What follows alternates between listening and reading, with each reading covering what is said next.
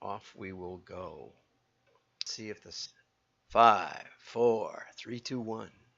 I'm John Miglosh for the WDMA, searching the world for marketing news every day. Here we go. Let's get over to the news. Okay. And here's a paint ad from the UK. This is a Greek choir. 4 years ago, Hannah met Dave. What's the chance of finding a soulmate at an illegal rave? It must be low. But there you go. They dated for a while, then got a place together. Dave said, shall we have a baby? Hannah said, nah, never. And that was fine. At least for a time. Then one day out of the blue, she stopped thinking no. She threw herself at Dave and said, come on, let's go. He said, steady on. I'm halfway through a scone. And now baby's coming and they don't know what it is. Hannah's hoping for a girl. Dave's just hoping that it's his. And they're happy the spare room's no longer grey. 'Cause there's a baby on the way. There's a baby on the way. There's a baby on the way. They're supposed to be sitting on a paint roller there. I didn't get that right away. Crown. It's not just paint. It's personal. Okay, so that's the paint ad. And I have to say, my priest says that if you're not really married until you can paint the room. I'm not sure they were married anyway, but if you can paint a room together, then you've got a real relationship. Babies aside, painting the rooms is harder. So we're going to talk a little bit more about that. But first, let's get over to real stories. This is from Craig Huey, Testing Corner, Surprising Results for Multi-Channel Marketing Copy Test. Okay? I didn't think it was that surprising. Oh, I got to turn this off. Here we go. I didn't think it was that surprising because I picked the winner. As someone with 40 years of experience in creative testing probably can. I attended a creative webinar yesterday that I sort of endorsed kind of a little bit. And as usual, well, testing was mentioned. It's the first time I've heard testing mentioned, but no examples. So we'll give you an example today. There's plenty of examples in the world. Go to Scientific Advertising at scientificadvertising.com and get Claude Hopkins' book. It's free download. I don't have any connection with him except it's a good place to start. If you're in advertising, understand that direct mail is a place where we know the answer. It's not speculative whether this works or doesn't work. And we're going to be talking more about that when we get over to Ritson's article on that commercial. Okay, so direct mail has some unique tools: magalogs, bookalogs, catalogs, and reportalogs. And I've done most of those, and some of them work really well, and some of them don't so much. But you can learn a lot from the direct mail tests, right? That's the theme. Human behavior online and offline is the same, right? The vehicles don't necessarily work the same, but when you learn it for real, this is, I think, what the point that Craig is making. When you learn it for real, with a real test, with real splits, real homogeneous test samples, good test samples, and statistically valid sample sets. When you know something for sure, then you're able to take that and take it to the bank with digital. It's very hard to know with digital to the level that mail can give you. But it is easy to leverage what you learn in mail, and we have a case study about that. I believe it's up on LinkedIn or up on YouTube. If you look up Lovesac on search my videos and look for Lovesac case study. I think I did one show completely explaining how we tested in mail and then rolled out and how their growth just exploded. And so I'll try to put the link down below for you guys in LinkedIn. I'll put the link to that video. This is about my fourth anniversary of the show. I think we're finishing up our fourth year, third year at least. Anyway, a few years now. No, this would be the third year. We're starting our fourth year. And we've got almost 1,092 videos up on YouTube. So there's quite a collection. Some people prefer to follow me or subscribe rather, on YouTube because the alerts are more consistent. YouTube turns them on. YouTube lets you turn them on and off yourself. LinkedIn seems to turn them on and off depending on if you've watched recently. So if you don't watch every now and then, they quit sending them to you. So they have an algorithm driving it, trying to guess what you want to do. But YouTube always will send you that alert, and you don't have to watch it, but it'll always send you the alert so you can keep up to date. And so a lot of people watch over on YouTube. If you're over on YouTube watching, send a thumbs up or something, and we can see it in the comments. Anyway, so you can learn in mail more. The epistemology is better because you know who got it and that there was engagement by a decision maker and they did or didn't buy. All other media, what you know is who bought. You don't know who saw it. You don't know if anybody saw it. It could all have been bots, okay? But and like Facebook doesn't tell you who they even showed it to, right?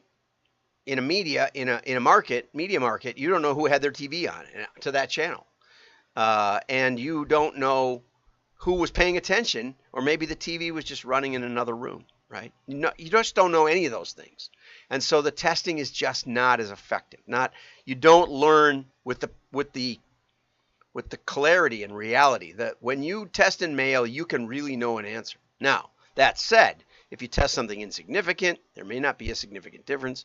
If you test something that you could just fix, that we all know you should have fixed, well, then that's just a waste of time and money. So there are nuances to testing, even in mail. But when you get a valid test with a high confidence interval, then you can roll it out to other media. And that's what I think Craig is saying in this. I wouldn't say online and offline behavior is exactly the same. Oftentimes the online buyer, customers acquired with online, are shoppers. They're going to go to lots of websites. They're looking around, and you happen to have the lowest price at the moment, or you happen to have the inventory at the moment. Somebody else didn't. And they don't, especially if you're taking buyers that came through your online business on Amazon. Those people tend to not think of buying from you. They think of buying from Amazon, which is why it seems to me to be hugely important to have your own name on the box, or something else, some other brand identifier when it comes to connect them to you, not just to Amazon. But we found that those are just really, really low value as far as buying, again, because they don't think they bought from you. They think they bought from Amazon, right? I buy on eBay a lot. I don't know, one vendor on eBay that I bought from. I can go back and buy from the same one if I do the work, though they only really keep 3 years of history, which is a little short for me. I've been on eBay since about 1997 or something. Anyway, the formats are good. Format tests are great. But as Craig points out, one of the best things is to test the cover, and the cover implies maybe the headline, something like that. So they were testing a Magalog test. A Magalog is something that looks informative, like a magazine, and there's lots of health magazines, so it would be intriguing if it landed on your desk. So it looks like a magazine, and then it turns out to be talking about your products. Surprise. And sometimes if you have complex products, we went to a Magalog format for a business-to-business import-export form company that I worked with, and it really was effective. And what happened was they were selling forms. They were selling like carbonless multiple forms in a stack, so that you could ensure that when you filled out in a typewriter, if you can believe that back in the day, you could fill out the forms and make sure that they were all identical, because you might have a $2 million desalinator plant sitting on a dock somewhere, and the import-export guy who isn't maybe doesn't even speak English, but he looks at the letters and says, well, this says this company is the exporter, and on this form it says this company. They're not the same. And so you're sitting there for weeks trying to figure out why they're not letting it through. And so we wanted to tell those stories, and that's why we used a Magalog. It's called Back the Hearse Up to the Door in the in the old door-to-door life insurance sales business. Okay, so 22 natural remedies. Here's the cover, and basically it's the headline on the cover. 22 natural remedies and space-age discoveries even your doctor doesn't know about. Discoveries is a power word. You know, everybody says find out, but find out takes work. Or learn. Learn. That brings back memories of school. But discover? Oh, you know, it's the long-lost item in the bottom of your junk drawer. Oh, I discovered this. I've been wondering where that went for years. No work involved at all. Discovery. I mean, I'm not saying all discoveries are like that, but it tends to be a more immediate and a more positive word than learn or explore or a lot of things, okay? So that's the cover A. Cover B is 22 natural remedies and space-age discoveries, again, good word, that could change your life. You know, but this is kind of passive voice, could, right? Could, would, should. It could, it might, but this one, you know, these are 22 remedies even your doctor doesn't know about. Man, that's amazing, right? So guess which one won? Yes, the A one. 42% higher. Just that copy test, right? And then what they did was it gives guidance to our digital campaign. It increased our response to our integrated multi-channel, and it increased response to our lookalike multi-channel audience. Okay, so they were prospects and looks like customers, and that is the key. Okay, so that's a really good article from Craig Huey. He has a regular newsletter that you can subscribe to. Craig, I hope you support the WDMA. Dave and Hannah, that ad we just saw may be sexist, but it's also salient. And this is a pretty long article, 14 minutes by Mark Ritson, my favorite author in marketing. And so there was a bunch of complaints, 300 complaints about this ad to the ASA, which is the advertising police in the UK. And it said it's not just paint and it's personal, was the complaint people had.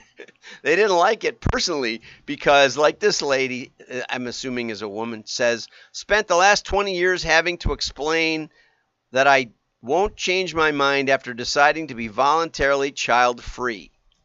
Now you sing about a paint advert and completely undermine the choices of child-free people make. It could be a man, it could be a woman. Anyway, so they got mad. And one of the things that Ritson points out is that, you know, this could be read as a stereotype. It's also that social media magnifies the complainers.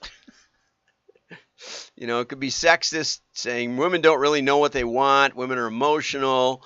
Dave's lack of confidence and trust in his partner. Yeah, that one's kind of illustrated. Okay. Disgraceful advert casting Hannah as a woman who sleeps around. Yeah, that might be. But, you know, we don't know that she still is. We don't know. And that brings up another point. See, social media overrepresents those who are outraged, right? Okay, for an ad seen by millions, 300 complaints isn't that big a deal, but, you know, the advertising authority could chop it out. There is a 30-second version, which is a little less, but still quite a bit, you know. Okay, so was the ad sexist or a tongue-in-cheek? And if you read or if you watched that show about the ad agency girl in Paris, she said, well, let's let the audience decide. Is it sexy or is it sexist? And it was my favorite episode I've ever seen on TV, I think, because it basically said, let's test the creative. And she explained how to do it on Twitter. And it worked really well. And maybe we'll talk about that in the next day or two. Emily in Paris is the name of the series. And I actually excerpted, I'll probably get a copyright violation. I excerpted that piece, and it's on I think it's up on YouTube. I don't think it's been taken down. So if you look up Emily in Paris or just Emily on my YouTube channel, you probably can find it. You can't really search LinkedIn at all, as far as I know. Okay, so is it sexy or sexist or is it just the way modern relationships tend to shake out? Yes and yes. It's called polysemic or polysemic. I don't know how to say that word. Multiple, often contradictory interpretations are possible with the audience. And then it goes into quite a bit of detail. We're not going to take all of this time, but if you go over to WDMA, all you have to do is subscribe and it's free. If you go over to WDMA.org, plus if you really want to know where we're going next or what we're doing, that's the best way to get informed. We take those and put them in our little email thing. We did a few emails last week for the show, the webinar, but we hadn't done any since April. So, we're not going to overwhelm your inbox. I have hundreds every day. It's not even a blip. So while all texts are potentially polysemic, advertising is probably the most because it's short. There isn't a backstory. The character development isn't there. And so there's a lot of debate. But Crown Paints kept saying, well, we didn't intend that meaning. And so they get a shout out. The other funny thing is that it's dismaying to report that Hannah and Dave was made by an all-male team at Winslow-based agency-driven, male planner, male creative team, male director, and probably most of the guys at the paint company are male too, mixing different paint. But if you know about painting together as a couple, it's probably your wife who said, this house is getting tawdry. We need to paint. And that's who's the decision maker. So Ritson says if there would have been one or maybe two women on board, they might have seen this coming. Okay. Yeah, there's a lot of things. Oh, so then he goes over to his buddy, John, who runs System 1, which actually shows how customers or how the audience reacts. And they said it was kind of ho-hum. It rated 84th out of 143 ads for household goods. Not a lot of reaction, but 15% of the audience got irritated and 15% liked it. So it's kind of a bell curve, right? A couple of deviations from the mean is standard deviations is irritation, and a couple is happiness. But probably the happiness people didn't bother to take the time to write. But the big thing was people knew it was Crown Paints in the ad, which is something I criticize a lot of ads for. They don't tell you who the ad is. In fact, I showed my wife an ad just yesterday or the day before. She said, well, what are they even advertising? And it was tacked on at the end, but they could have done some product placement or something in it. Anyway, the fact that you're even reading about this or hearing about this today is because there was blowback. Okay, the blowback magnified and amplified the reach of the ad. Okay, so for the most part, any reaction will prove to be ultimately positive for an ad, and then the brand behind it. Their sales will go up because in your lizard brain, I don't believe in lizard brains. You got a reptile brain. You thought about painting, or your wife, didn't like the ad, but thought, yeah, we do need to paint this place. And I'm not blaming wives for that. Thank heaven somebody keeps an eye on the place, because I probably am out on my motorcycle. All sexist, all. I'm stereotypical. Okay, because of the complaints about the ad, you paint the room. It's not just paint, it's personal. So thank you for that, Mark Ritson. And just a note that we're meeting in Minneapolis on the 8th and in Boston on the 14th. So mark your calendars. Bye-bye.